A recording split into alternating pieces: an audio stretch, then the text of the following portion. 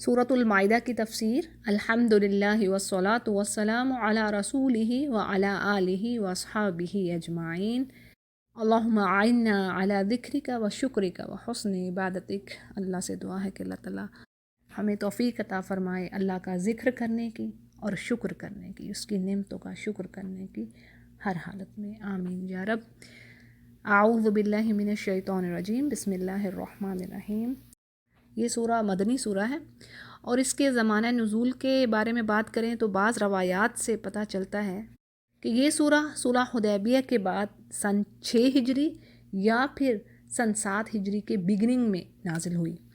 اور ذی القعدہ کا واقعہ سن 6 ہجری کا واقعہ ہے، جس میں آپ صلی اللہ علیہ وسلم 1400 مسلمانوں کے ساتھ عمرہ ادا کرنے کے لیے مکہ تشریف لے گئے۔ لیکن ہوا یہ کہ قریش کے کافروں نے عرب کی قدیم ترین مذہبی جو روایات ان کی تھیں، ان کے اگینسٹ، ان کے خلاف آپ کو عمرہ کرنے سے روک دیا، اور کچھ بحث و مباحثہ کے بعد اس بات کو ایکسیپٹ کیا انہوں نے، یعنی یہ شرائط رکھی کہ آئندہ سال آپ زیارت کے لیے آ سکتے ہیں، یعنی آپ صلی اللہ علیہ وسلم اور آپ کے صحابہ کرام اس وقت تو عمرہ کے لیے نہیں جائیں گے، لیکن اگلے سال وہ آ سکتے ہیں۔ تو اب اس موقع پر مسلمانوں کو ایک طرف تو کعبہ کی زیارت کے جو اور یہ سفر کے جو آداب ہیں وہ بتلانے کی ضرورت تھی، تاکہ آئندہ سال صحابہ عمرے کا سفر پورے اسلامی شان کے ساتھ کر سکیں، اور دوسری طرف انہیں یہ بھی تاکید کرنے کی ضرورت تھی کہ دشمن کافروں نے اگرچہ ان کو عمرے سے روک دیا، یعنی یہ زیادتی ہوئی ان پر، لیکن اس کے جواب میں اب خود وہ کوئی زیادتی نہ کریں۔ یعنی مطلب یہ کہ جو مسلمانوں کی مقبوضات تھیں، جو ان کے آکوپائڈ ایریا تھے، ان سے بہت سارے کافر قبیلوں کے حج کا راستہ گزرتا تھا، یعنی ان جگہوں سے وہ کافر حج کے لیے گزرتے تھے۔ تو مسلمانوں کے لیے اب یہ ممکن تھا کہ جس طرح انہیں کعبہ کی زیارت سے روک دیا گیا تو وہ بھی ان کو روک دیں، تو اس بات سے مسلمانوں کو روک دیا گیا۔ اب یہ تو تھا زمانہ نزول، یعنی کون سا وقت تھا جس میں یہ سورہ نازل ہو رہی ہے۔ اب اس کی جو بیک گراؤنڈ ہے اس کو دیکھتے ہیں، شان نزول اس کا کیا ہے۔ تو بات یہ تھی کہ سورہ آل عمران اور سورہ نساء کے جو نازل ہونے کے جو وقت تھے، جو زمانہ تھا، اس وقت سے لے کے، اس ٹائم سے لے کے سورۃ المائدہ کے نازل ہونے تک، اس پیریڈ میں، یعنی اس زمانہ میں بہت تغیر ہو چکا تھا، تبدیلی آ چکی تھی۔ یعنی اس بات کو ہم اس طرح سمجھتے ہیں کہ جنگ احد کے صدمہ نے، جب جنگ احد کا ٹائم ہوا اور مسلمانوں کو شکست ہوئی، تو اس وقت حالات بڑے خطرناک تھے مدینہ کے اراؤنڈ بھی، اور اب یہ وقت آ گیا تھا، یعنی وہ وقت گزرتا گزرتا اب یہاں تک یہ وقت آ گیا کہ عرب میں اسلام ایک ناقابل شکست، انڈیفیٹیبل پاور جو کہنے بن کر ابھر رہا تھا، اور اسلامی ریاست جو تھی ایک طرف نجد اور دوسری طرف حدود شام تک، اور تیسری طرف ساحل بحر احمر یعنی ریڈ سی، اور چوتھی طرف مکہ کے قریب تک پھیل گئی تھی، یعنی اسلامی ریاست کا پھیلاؤ خوب ہو چکا تھا۔ اور دوسری طرف یہ تھا کہ مدینہ میں جو یہودیوں کا خطرہ ہر وقت مسلمانوں کو رہتا تھا، اس کا بھی ہمیشہ کے لیے صفایا ہو گیا، یعنی بنو نذیر جو ہم پڑھتے ہیں سورۃ الحشر، اس کو بنو نذیر کہا جاتا ہے نا، تو اس قبیلہ کو جلا وطن کیا گیا، نکال دیا گیا ملک سے، اور دوسرے کو شکست دی گئی، اسے ختم کیا گیا۔ اسی طرح جہاں جہاں بھی جن مقامات پر یہودی آباد تھے، وہ سب مدینہ کی حکومت کے انڈر رہ کر زندگی گزارنے لگے، اور اسلام کو دبانے کے لیے جو قریش نے آخری کوشش کی تھی غزوہ خندق کے موقع پر، اس میں بھی وہ سخت ناکام ہوئے۔ یعنی مختصر بات یہ کہ مسلمان اب طاقت کے مالک ہو چکے، اور اسلامی ریاست کا پھیلاؤ ہو چکا۔ اب ان چند برسوں میں نہ صرف کہ ان کا پھیلاؤ ہوا، بلکہ اسلامی اصولوں اور نقطہ نظر کے مطابق، یعنی جو مسلمانوں کا پوائنٹ آف ویو تھا اس کے مطابق، مسلمانوں کی ایک اپنی مستقل تہذیب، یعنی پرماننٹ سویلائزیشن جو تھی وہ وجود میں آ چکی تھی، وہ بن چکی تھی، جو زندگی کے تمام جو باقی ڈیٹیلز ہیں ان کو بھی دیتی تھی، اور ان مسلمانوں کی ایک الگ اپنی امتیازی شان کہہ لیں یا ایک یونیک پریویلیج کہہ لیں، یعنی مسلمان اخلاقی طور پر، معاشرتی طور پر، اور ایز اے سویلائزیشن ہر چیز میں اب یہ غیر مسلموں سے فرق ہو چکے تھے، ڈفرینشیٹ کرتے تھے ان سے۔ اور جن جن جگہوں پر مسلمانوں کی آکیوپیشنز تھیں، ان کی مقبوضات تھیں، یعنی جن پر ان کی حکومت تھی، ان جگہوں پر مساجد اور نماز با جماعت کا جو سسٹم تھا وہ امپلیمنٹ ہو چکا تھا، ہر بستی اور ہر قبیلے میں امام مقرر کیے جا چکے تھے، اسی طرح نیو اسلامک لاس جو تھے وہ عدالتوں میں، کورٹس میں ان کو امپلیمنٹ کیا جا رہا تھا، نافذ کیا جا رہا تھا. لین دین اور خرید و فروخت کے جو پرانے معاملات تھے ان کو ختم کیا اور نئے جو اسلامک لاس کے مطابق جو رولز تھے ان کو لایا جا رہا تھا. پھر اسی طرح انہیریٹنس کا ایک مستقل ایک زبردست سسٹم تھا جس کو نافذ کیا گیا. نکاح اور طلاق کے قوانین، یعنی مسلمانوں کی معاشرتی جو زندگی تھی وہ ایک خاص سٹرکچر، ایک خاص سانچے میں ڈھل چکی تھی، اور مسلمانوں کی جو گیدرنگز تھیں، ان کے بول چال، کھانے پینے، رہنے سہنے کے جو طریقہ کار تھے وہ ایک پراپر اور پرماننٹ شیپ اختیار کر چکے تھے. اور اسلامی زندگی کی ایسی مکمل صورت، یعنی ایسی زبردست شیپ آ جانے کے بعد ایک مکمل کوڈ آف لائف جو اسلام دے رہا تھا مسلمانوں کو، اور اس کے مطابق وہ سیولائزڈ قوم بن چکی تھی، تو اس سے اب جو نان مسلم تھے وہ تو قطعی طور پر مایوس ہو گئے کہ یہ لوگ اب ان کی طرف آئیں گے یا ان سے ملیں گے. ایسا یعنی ہرگز نہیں ہو سکتا. تو یہ تھے وہ حالات جن میں سورہ مائدہ نازل ہوئی. اب سورہ مائدہ میں کون سے سبجیکٹس ڈسکس ہوئے ہیں؟ تو بات یہ آتی ہے کہ اس میں 3 بڑے بڑے جو سبجیکٹس ہیں وہ آتے ہیں، جیسے کہ نمبر 1 مسلمانوں کی مذہبی، تمدنی اور سیاسی زندگی کے متعلق مزید احکامات ان کو بتائے، ہدایات اور انسٹرکشنز انہیں دی جا رہی ہیں کہ ان کی ریلیجیس اور سویلائزڈ اور پولیٹیکل لائف کیسے ہوگی، اس کے بارے میں احکامات آتے ہیں. پھر ہم دیکھتے ہیں کہ حج کے آداب کے بارے میں بتایا جاتا ہے، اور کھانے پینے کی چیزوں میں حرام اور حلال کی جو حدود ہیں ان کے بارے میں بتا دیا گیا ہے. اور جاہلیت کے دور میں جو بندشیں تھیں، جو ایسی چیزیں کہ جن کو خواہ مخواہ اپنے اوپر لوگوں نے لادا ہوا تھا ان کو توڑا گیا، اور اہل کتاب کے ساتھ کھانے پینے اور ان کی عورتوں سے نکاح کرنے کی اجازت دی گئی. اور اسی طرح اس میں وضو، غسل اور تیمم کے جو رولز ہیں ان کے بارے میں بتایا گیا ہے، اور بغاوت اور فساد اور چوری کی سزائیں معین کی گئی ہیں. اسی طرح شراب اور جوئے کو قطعی حرام کر دیا گیا ہے. یہ چیزیں ہیں جو اس سورہ میں ہم پڑھیں گے. پھر اسی طرح دوسرا جو اس میں خاص سبجیکٹ ہے وہ یہ مسلمانوں کو نصیحت کی جا رہی کہ اب چونکہ مسلمان ایک حکمران گروہ بن چکے ہیں، ان کے ہاتھ میں طاقت ہے، اور یہ جو طاقت ہے یعنی اس کا جو نشہ ہے قوموں کے لیے اکثر گمراہی کا سبب بنتا ہے. یعنی مظلومی کا دور تو ختم ہو گیا، لیکن اب اس سے زیادہ سخت آزمائش کے دور میں انہوں نے سٹیپ رکھ لیا. یعنی اس سے زیادہ یہ جہاد بن نفس کو بڑا جہاد کہا گیا نا، کہ اپنے نفس کے ساتھ جہاد کرنا. یعنی جہاں پر کوئی بھی نہیں دیکھ رہا لیکن انسان اللہ کا خوف رکھتے ہوئے اللہ کا کہنا مانے. اب دیکھیں حکمرانوں کے بارے میں جو احادیث آتی ہیں کہ ان کی ذمہ داری ہے کہ وہ اللہ کے احکامات کو نافذ کریں، اچھائی کو پھیلائیں، برائی سے روکیں. جب وہ اپنے کام کو چھوڑتے ہیں تو کس طرح تباہیاں آتی ہیں، کیونکہ قوت دی ہے نا اللہ نے. جس کے ہاتھ میں قوت ہے اگر وہ چاہے گا اچھائی کو پھیلانا، بڑی سمپل سی بات ہے، اگر وہ نیکی کو چاہے گا پھیلانا تو اس کے لیے بنسبت جو ہیں اولیاء کرام ہیں، جو صالحین ہوتے ہیں، جو علماء ہوتے ہیں، بنسبت ان کے اس کے لیے زیادہ آسان ہوتا ہے، کیونکہ اس کو اللہ نے قوت دی ہے. وہ اس اتھارٹی کے تھرو، اس پاور کے تھرو نیکی کا کام پھیلا سکتا ہے، نیکی کو امپلیمنٹ کروا سکتا ہے.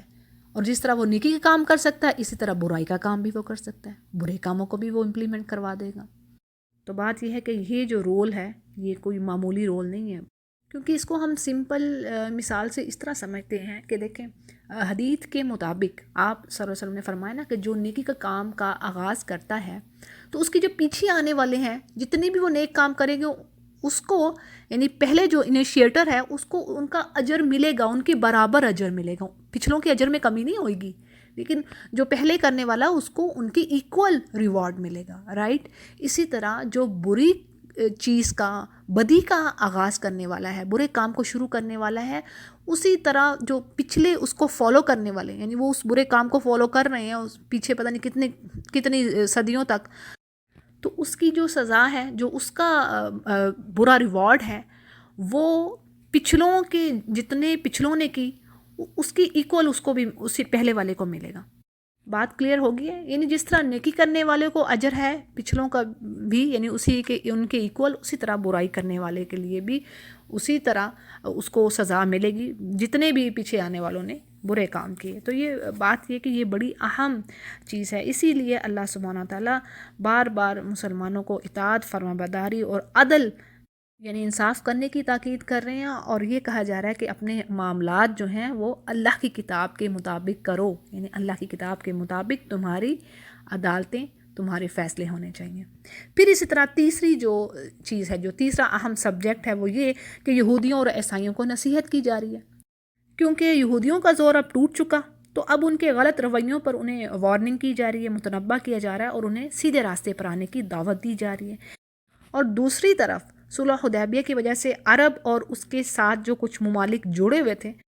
ان قوموں میں اسلام کی دعوت پھیلانے کا موقع ملتا ہے مسلمانوں کو، تو ان کے لیے بھی، یعنی وہاں پر عیسائیوں کو تفصیل کے ساتھ ایڈریس کیا جاتا ہے، اور ان کے جو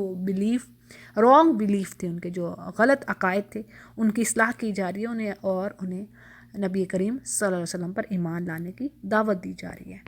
تو جی یہ تھے سبجیکٹس جو کہ اس سورہ میں ہم دیکھیں گے۔ تو پہلی آیت کو دیکھتے ہیں، یا ایھا الذین آمنوا اوفوا بالعقود،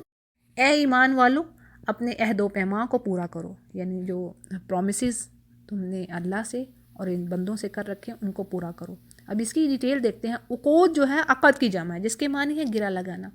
اور اس کا استعمال کسی چیز میں گرہ لگانے کے لیے بھی ہوتا ہے، اور پختہ عہد و پیمان یعنی ایک ایگریمنٹ کر لینا، ایک کسی سے پرومس کر لینا، اس کے لیے بھی استعمال ہوتا ہے۔ اب یہاں پر اس سے مراد، یعنی یہاں پر اس آیت میں جو بات آ رہی ہے، اس سے مراد کیا ہے، اس کی میننگ کیا ہے؟ یعنی اللہ کے جو احکامات ہیں، جس کا اللہ نے انسانوں کو مکلف ٹھہرائے، یعنی ان کے اوپر ایسے احکامات لادے ہیں کہ جو وہ پورا کر سکتے ہیں، اللہ کے اطاعت کے کام، اور اسی طرح وہ ڈیلنگز، وہ ایگریمنٹ، وہ عہد و پیمان جو انسان آپس میں کرتے ہیں۔ اچھا، ایک تو وعدہ یعنی ایگریمنٹ جو ہم نے اللہ کے ساتھ بھی کیا ہے، جیسے اللہ سبحانہ تعالیٰ سورۃ البقرہ میں فرماتے ہیں نا کہ یہودیوں سے ایک اللہ نے عہد لیا۔ کون سا عہد تھا؟ اس میں کیا تھا؟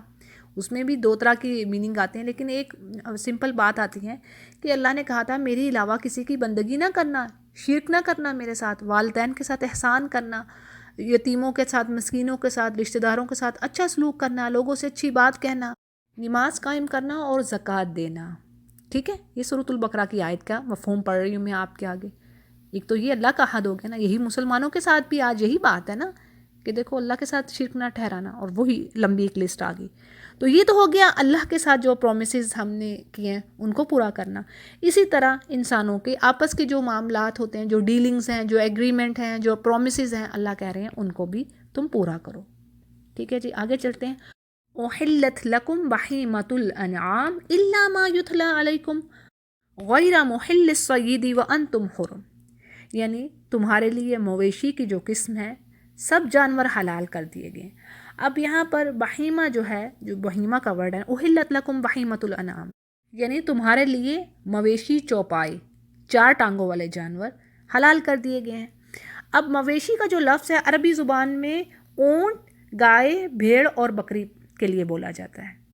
تو یہ جانور حلال ہوئے مسلمانوں کے لیے، اور اس کے علاوہ بھی جو جانور حلال ہیں، یعنی ہیں تو وحشی لیکن وہ حلال ہیں، ان میں ہرن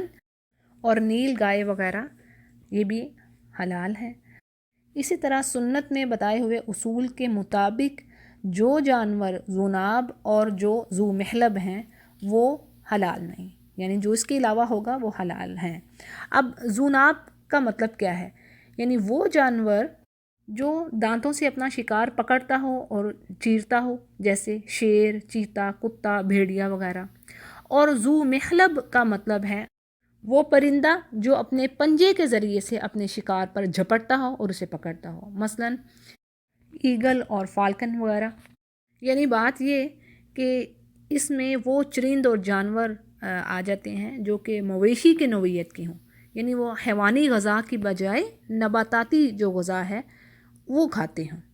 لیکن آگے ساتھ کیا بات بتائی گئی کہ اگرچہ یہ چیزیں حلال ہیں، یعنی جن کو اللہ نے حلال کر دیا ہے، جو مویشی کی قسم حلال ہے اور جو پرندے حلال ہیں، ان کو حالت احرام میں یعنی ان کا شکار کرنا وہ ممنوع ہے۔ ٹھیک ہے، یہ جو حلال جانور ہیں ان کا شکار حالت احرام میں ممنوع ہے، حرام ہے۔ اب دیکھیں احرام کیا چیز ہے؟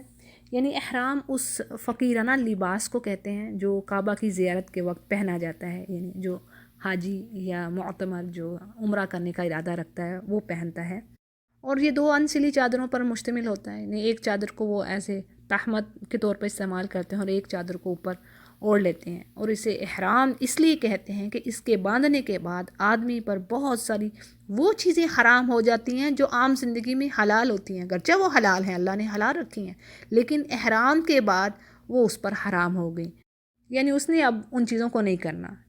جیسے کہ حجامت، بال کٹوانا، خوشبو کا استعمال کرنا،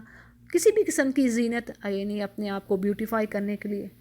چیزوں کا استعمال کرنا، اسی طرح میاں بیوی کا آپس میں سیکچول ریلیشن رکھنا، یہ ممنوع ہے، حرام ہے۔ اور انہی پابندیوں میں سے ایک یہ بھی ہے کہ کسی جاندار کو مارا جائے یا شکار کیا جائے، یہ حرام ہے احرام کی حالت۔ تو یہ تمام کام احرام کی حالت میں ممنوع ہے۔ آگے اللہ فرماتے ہیں ان اللہ یحکم ما یرید، یعنی بے شک اللہ جو چاہتا ہے حکم دیتا ہے، یعنی بندوں کا کام ہے اللہ کے حکم کی تابعداری کرنا، اور یقیناً اللہ کے ہر کام کے پیچھے زبردست حکمت چھپی ہوئی ہے، زبردست وزڈم ہے جو انسانوں کے بھلے کے لیے ہے۔ اگلی آیت میں اللہ سبحانہ تعالیٰ فرما رہے ہیں یا ایھا الذین آمنوا لا تحلوا شعائر اللہ ولا الشہر الحرام ولا الہدی ولا القلائد ولا آمین البیت الحرام یبتغون فضلا من ربہم ورضوانا۔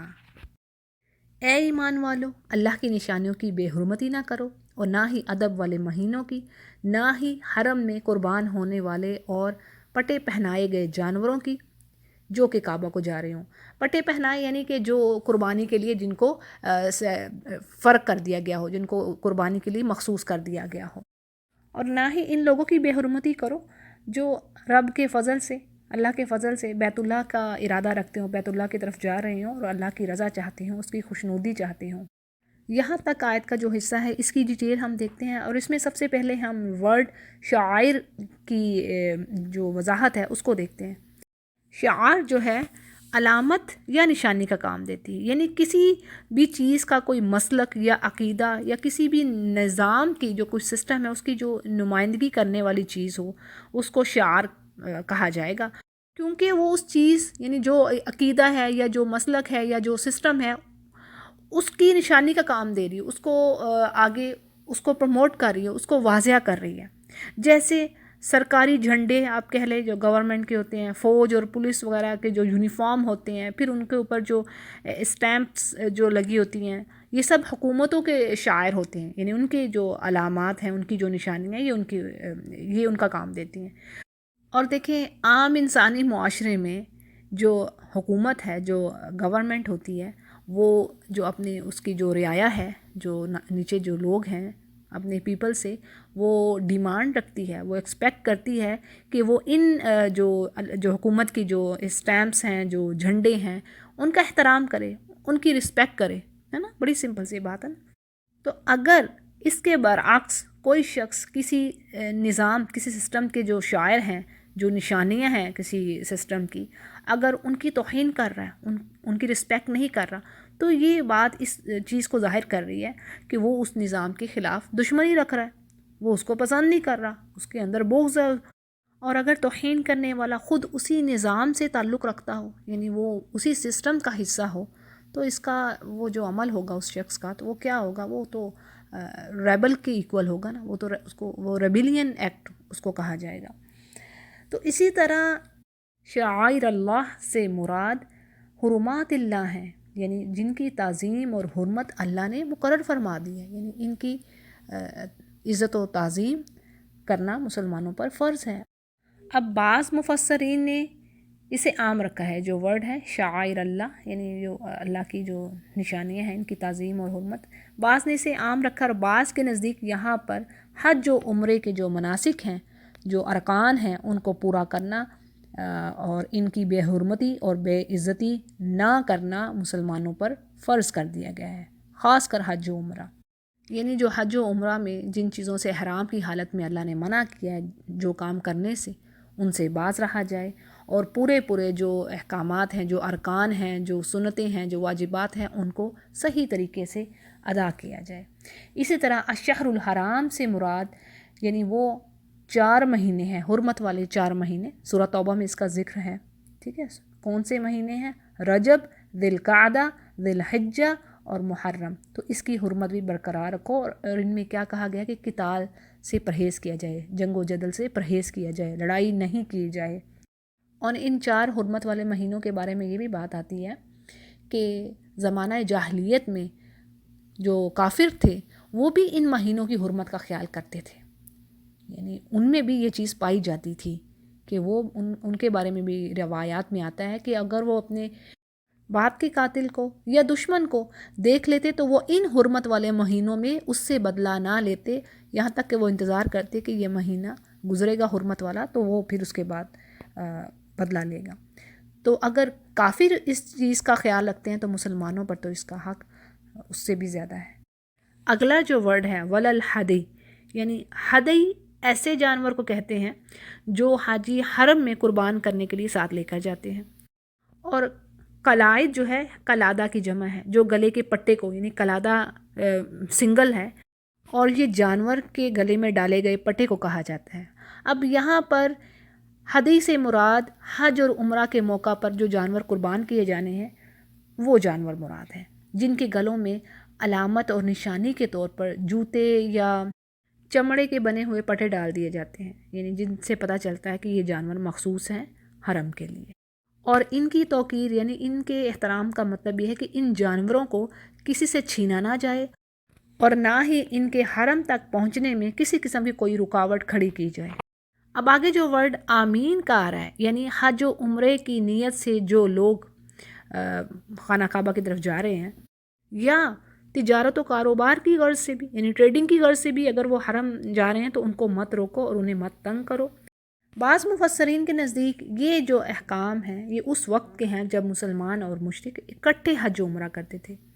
اور بعض مفسرین کے نزدیک یہ آیت محکم یعنی غیر منسوخ ہے، بعض اس کو منسوخ سمجھتے ہیں، ٹھیک ہے، اور بعض اس کو کہتے ہیں کہ یہ غیر منسوخ ہے، یعنی یہ آیت محکم ہے اور یہ حکم مسلمانوں کے بارے میں ہے۔ تو جی یہ تھی کچھ وضاحت شعائر اللہ کے بارے میں، یعنی جو اللہ کی نشانیاں ہیں حرمت والی، جیسے شہر الحرام ہو گیا، ہدی کے بارے میں ہو گیا، یعنی قربانی کے جو جانور ہیں ان کا کس طرح احترام کرنا ہے، پھر اسی طرح جو حج اور عمرے کا ارادہ رکھتے ہیں یا پھر ایون کاروبار کے غرض سے جا رہے ہیں تو حرم کی طرف ان کا رخ ہے تو انہیں کسی طرح بھی تنگ نہ کیا جائے اور ان کی عزت و حرمت کا خیال کیا جائے۔ تو جی آیت کے اگلے حصے کو دیکھتے ہیں، وَإِذَا حَلَلْتُمْ فَاسْتَعْدُوا وَلَا يَجْرِمَنَّكُمْ شَنَآنُ قَوْمٍ أَن صَدُّوكُمْ عَنِ الْمَسْجِدِ الْحَرَامِ أَن تَعْتَدُوا وَتَعَاوَنُوا عَلَى الْبِرِّ وَالتَّقْوَىٰ، یعنی جب احرام کی حالت ختم ہو جائے تو تم شکار کر سکتے ہو، یعنی یہ واضح کر دیا مسلمانوں پر کہ احرام کی حالت میں اللہ کی بتائی ہوئی حدوں کے پاس نہیں جانا، اور جو چیزیں اللہ نے حرام کر دی ہیں، ممنوع کر دی ہیں، ان کی اسی طرح توقیر اور عزت و احترام ان پر واجب ہے، اور جیسے ہی وہ احرام کی حالت سے باہر آئیں تو ان کے لیے شکار کرنا جائز ہے، اور جو پابندیاں ان پر لگائی گئی تھی اب وہ سب ان کے لیے حلال ہیں، یعنی وہ خوشبو کا استعمال کر سکتے ہیں، بال کٹوا سکتے ہیں، اپنے آپ کو بیوٹیفائی کرنے کے لیے عورتیں یا مرد جو بھی اپنی زینت کے لیے جو سامان کرنا چاہیں وہ کر سکتے ہیں۔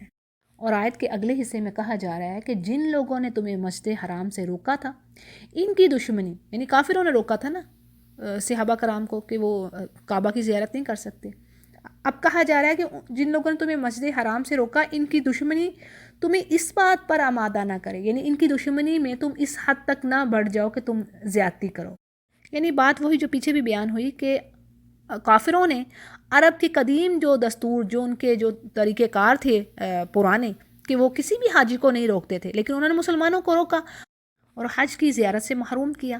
اب مسلمانوں میں بھی یہ خیال پیدا ہوا کہ جن کافر قبیلوں کے راستے، یعنی ہماری جو آکوپائڈ جو جگہ ہیں، اب ان سے ان کے جو قبیلے گزرتے ہیں، جو قافلے گزرتے ہیں، ہم ان کو بھی حج سے روک دیں گے، ہم بھی ان کو نہیں جانے دیں گے۔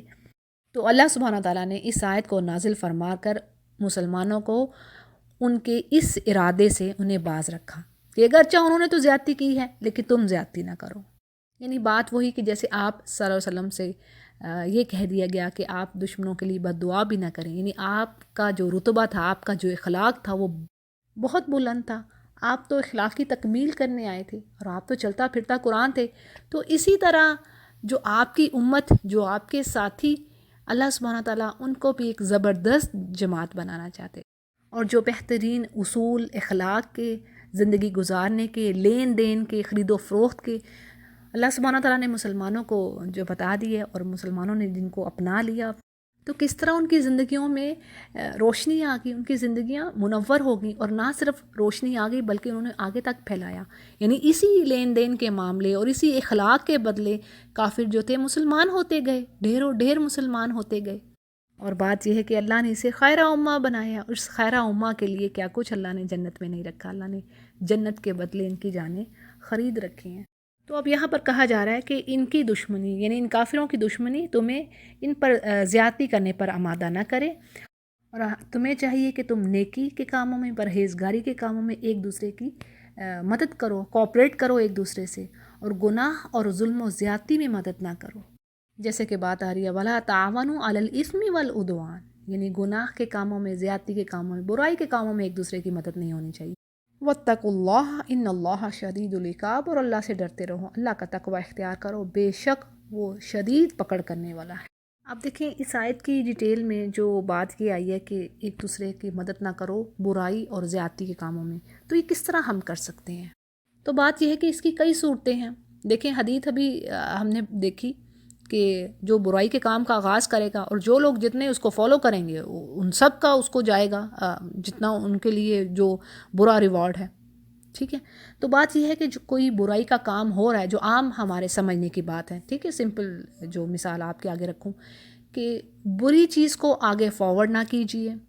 اب جیسے آپ شیطانی کام کوئی بھی ہو، سانگز ہو گئے، پکچرز ہو گئیں، دیکھیں بات یہ ہے کہ اگر ہم اچھائی کا کام نہیں بھی کر رہے نا، یہ ایک لیسٹ درجے کی بات ہے، کم سے کم تر جو انسان عمل کر رہا ہے اس کے لیے، کہ اگر وہ اچھے کام نہیں کر رہا تو یہ بھی تو وہ برائی سے ہی بچ جائے، کم از کم گناہوں سے ہی بچ جائے۔ اسی طرح کسی اسکالر کا کہنا ہے کہ انسان اچھے اعمال کرے اور اس کے ساتھ گناہوں سے بچ جائے تو یہ بہت بڑی بات ہے۔ تو اب اگر جو کچھ لوگ ہوں گے جو نیک اعمال کرنے میں پیچھے ہیں، گڈ ڈیڈز ان کے پاس نہیں ہیں، اب کیا ہے، کم از کم وہ اپنے اخلاق کو بہتر کرنے، بری چیزوں کو آگے مت پھیلائیں، مت سپریڈ کریں۔ یعنی اگر اعمال نہیں کر رہے ہم تو کم از کم ہم برائیوں سے ہی بچ جائیں۔ یہ میں لیسٹ درجے کی بات کر رہی ہوں ان کے لیے، جو میں سوچتی ہوں اگر میں اپنے لیے، کہ اگر مجھ سے کوئی اچھا کام نہیں ہو رہا تو اچھا اب پھر مجھے کم از کم برے کاموں سے ہی باز آ جانا چاہیے، کسی کو زبان سے، ہاتھ سے یا دل سے کسی کو برا نہ جانوں، کسی کو طعن تشنیع نہ دوں۔ یعنی یہ بھی تو ایک اخلاق کی صفت ہے نا۔ یعنی بات یہ کہ کسی بھی چھوٹے کام کو ہم انڈر ایسٹیمیٹ نہ کریں، اس کو ہلکا نہ جانیں، کیونکہ اللہ نے کہا نا، دیکھو تم چھوٹی سی برائی کر کے لاؤ گے وہ بھی دیکھو گے، اور نیکی کر کے لاؤ گے وہ بھی دیکھو گے، یعنی ذرہ برابر نیکی اور برائی اللہ دکھا دے گا۔ تو بات یہ ہے کہ پھر ہم بھلائی کا موقع کیوں جانے دیں؟ اگر ہم کوئی بڑے بڑے کام نہیں کر رہے اچھائی کے تو کم از کم ہم برائیوں سے بچ جائیں اور برائیوں کو آگے فارورڈ کرنے سے بچ جائیں۔ تو اس کے متعلق بات یہ ہے کہ ہمیں یہ جو گانے بجانے کی چیزیں ہیں، جو فحش چیزیں ہیں، جو کسی کو بری راہ پر ڈالنے والی ہیں، پھر اسی طرح کے ایسے میسیجز جو کہ اپنے اندر برائی یا شر کا پہلو رکھے ہوئے ہیں، یا جن میں اللہ کے احکامات کی ہنسی اڑائی جا رہی ہے، ٹھٹے بازیاں ہو رہی ہیں، اور اللہ کو سخت ناپسند ہے یہ بات کہ اس کی آیات کے ساتھ یا معجزات کے ساتھ یا اس کے رسولوں کے ساتھ ہنسی مذاق کیا جائے۔ ان کے ساتھ ہنسی مذاق نہ کرو۔ اب بات یہ کہ اکثر میسیجز ایسے چل رہے ہوتے ہیں، ایک دوسرے کو فارورڈ ہو رہے ہوتے ہیں، جن میں جو ملا حضرات ہیں ان کے بارے میں ان کو مذاق کا نشانہ بنایا جاتا ہے، اور اسی طرح بعض اوقات نماز پڑھنے والے ہیں، کچھ ان پر کچھ چٹکلا، کوئی ہنسی مذاق، کوئی جوک بنا دیا جاتا ہے۔ تو ہمیں ایسی چیزوں سے اوائڈ کرنا چاہیے، بچنا چاہیے۔ دنیا میں بہت ساری چیزیں ہیں جن سے آپ ہنسی مذاق جن کے بارے میں لکھیں کریں، لیکن ان چیزوں سے ہمیں بچنا ہے، ان کو ہمیں ہلکا نہیں لینا چاہیے، یہ بڑی سیریس باتیں ہیں، معمولی باتیں نہیں ہیں یہ۔ تو جی اگلی آیت میں کو دیکھتے ہیں۔ اب اس آیت میں ان حرام کردہ چیزوں کا ذکر ہے جس کا حوالہ سورہ کے آغاز میں بگننگ میں دیا گیا۔ تو آیت کو دیکھتے ہیں۔ حرمت علیکم المیتۃ والدم ولحم الخنزیر وما اہل لغیر اللہ بہ، یعنی تم پر حرام کیا گیا مردار، خون، سور کا گوشت اور وہ جانور جو اللہ کے سوا کسی اور کے نام پر ذبح کیا گیا ہو۔ پھر آگے بات ہے والمنخنقۃ والموقوذۃ والمتردیۃ والنطیحۃ وما اکل السبع الا ما ذکیتم، اور جو گلا گھٹ کر یا چوٹ کھا کر یا بلندی سے گر کر یا ٹکر کھا کر مر گیا ہو، یا کسی درندے نے جسے پھاڑ دیا ہو، سوائے اس کے جسے تم نے زندہ پا کر ذبح کر لیا، یعنی وہ تمام جانور جن میں کوئی جانور جس کا کوئی شخص گلا گھونٹ دے، یا وہ جانور کسی چیز میں پھنس کر خود ہی اس کا گلا گھٹ جائے، دونوں صورتوں میں وہ جانور حرام ہے۔ اسی طرح کسی نے پتھر، لاٹھی یا کوئی چیز ماری ہو جس سے وہ جانور بغیر ذبح کیے مر گیا ہو، تو ایسا جانور بھی حرام ہے۔ پھر اسی طرح جس جانور کو ذبح کرتے وقت اللہ کا نام نہ لیا گیا ہو، یا پھر جس کو ذبح کرنے سے پہلے یہ نیت کی گئی ہو کہ یہ فلاں بزرگ یا فلاں دیوی یا دیوتا کی نذر ہے، تو یہ بھی حرام ہی میں شمار ہوگا۔ چاہے آپ اس کو ذبح کرتے وقت اللہ کا نام لے رہے ہیں، لیکن نیت کیا ہے؟ کسی بزرگ کو خوش کرنا ہے، اس کے چڑھاوے پر چڑھا رہے ہیں، تو یہ بھی حرام کنسیڈر ہوگا۔ اسی طرح جو بات ہوئی ہے کہ اونچائی سے گرے ہوئے جانور کو، جو اونچائی سے گر کر مر جائے، یعنی یا تو وہ خود گر گیا ہو یا چاہے کسی نے اس کو دھکا دے کر گرا دیا ہو، تو وہ دونوں صورتوں میں حرام ہوگا، یعنی اسے ذبح تو کیا نہیں گیا۔ پھر اسی طرح نتیحہ جو ہے، نتیحہ کے معنی یعنی کسی نے اسے ٹکر مار دی ہو، یعنی بغیر ذبح کیے ہی وہ مر گیا۔ اسی طرح جو بات آ رہی ہے کہ درندے نے اسے پھاڑا ہو، یعنی شیر، چیتا، بھیڑیا وغیرہ، یہ کسی ایسے درندے نے اسے کھا لیا ہو اور وہ مر گیا، تو ایسے جانور کو بھی مردار گنا جائے گا۔ اچھا جی، اب جو بات آ رہی ہے کہ الا ما ذکیتم، یعنی سوائے اس کے جسے تم نے زندہ پا کر ذبح کر لیا۔ جمہور مفسرین کے نزدیک، یعنی جو گروپ آف اسکالر ہیں، وہ یہ کہتے ہیں کہ اگر تم جانور کو اس حال میں پاؤ کہ اس میں زندگی کے آثار موجود ہیں، یعنی حلال جانور ہے، اور تم اس کو اس حال میں پا رہے ہو کہ اس میں زندگی کے آثار موجود ہیں، تو پھر تم اسے شرعی طریقے سے ذبح کر لو، اور تو تمہارے لیے اس کا کھانا حلال ہوگا۔ اور زندگی کی علامت یہ ہے کہ ذبح کرتے وقت جانور پھڑکے اور ٹانگیں مارے، اور اگر چھری پھیرتے وقت جانور میں کوئی حرکت نہ ہو، کوئی اضطراب نہ ہو، یعنی جیسے موت کی حالت میں ٹانگیں جانور مارتا ہے، اگر ایسی کوئی حرکت نہیں ہے تو سمجھ لو کہ یہ مردہ ہے۔ یعنی بات یہ ہے کہ جو اوپر لسٹ دی گئی کہ اس طرح سے اگر جانور کوئی کسی کو چوٹ لگ رہی ہے، کوئی گلا گھٹ کے مر رہا ہے یا کچھ اس طرح، اگر کوئی جانور ابھی تک مرا نہیں، یعنی اس میں زندگی کے آثار باقی ہیں، اور اگر کوئی انسان ان کو پا لیتا ہے زندگی کے آثار کے ساتھ، تو وہ ان کو شرعی طریقے سے ذبح کر کے استعمال کر سکتا ہے۔ لیکن بات وہی آ گئی کہ اس میں زندگی کی علامت ہونی چاہیے۔ اور ذبح کا شرعی طریقہ کیا ہے کہ بسم اللہ پڑھ کر تیز دھار والے آلے سے اس کا گلا اس طرح کاٹا جائے کہ رگیں کٹ جائیں، اور اسی طرح ذبح کے علاوہ نہر کا طریقہ بھی مشروع ہے، یعنی یہی بھی شرعی طور پر جائز ہے۔ اور اس میں یہ ہے کہ کھڑے جانور کے لبے پر چھری ماری جاتی ہے، یعنی اونٹ کو نہر کیا جاتا ہے، جس سے نرخرا اور خون کی خاص رگیں کٹ جاتی ہیں اور سارا خون بہہ جاتا ہے۔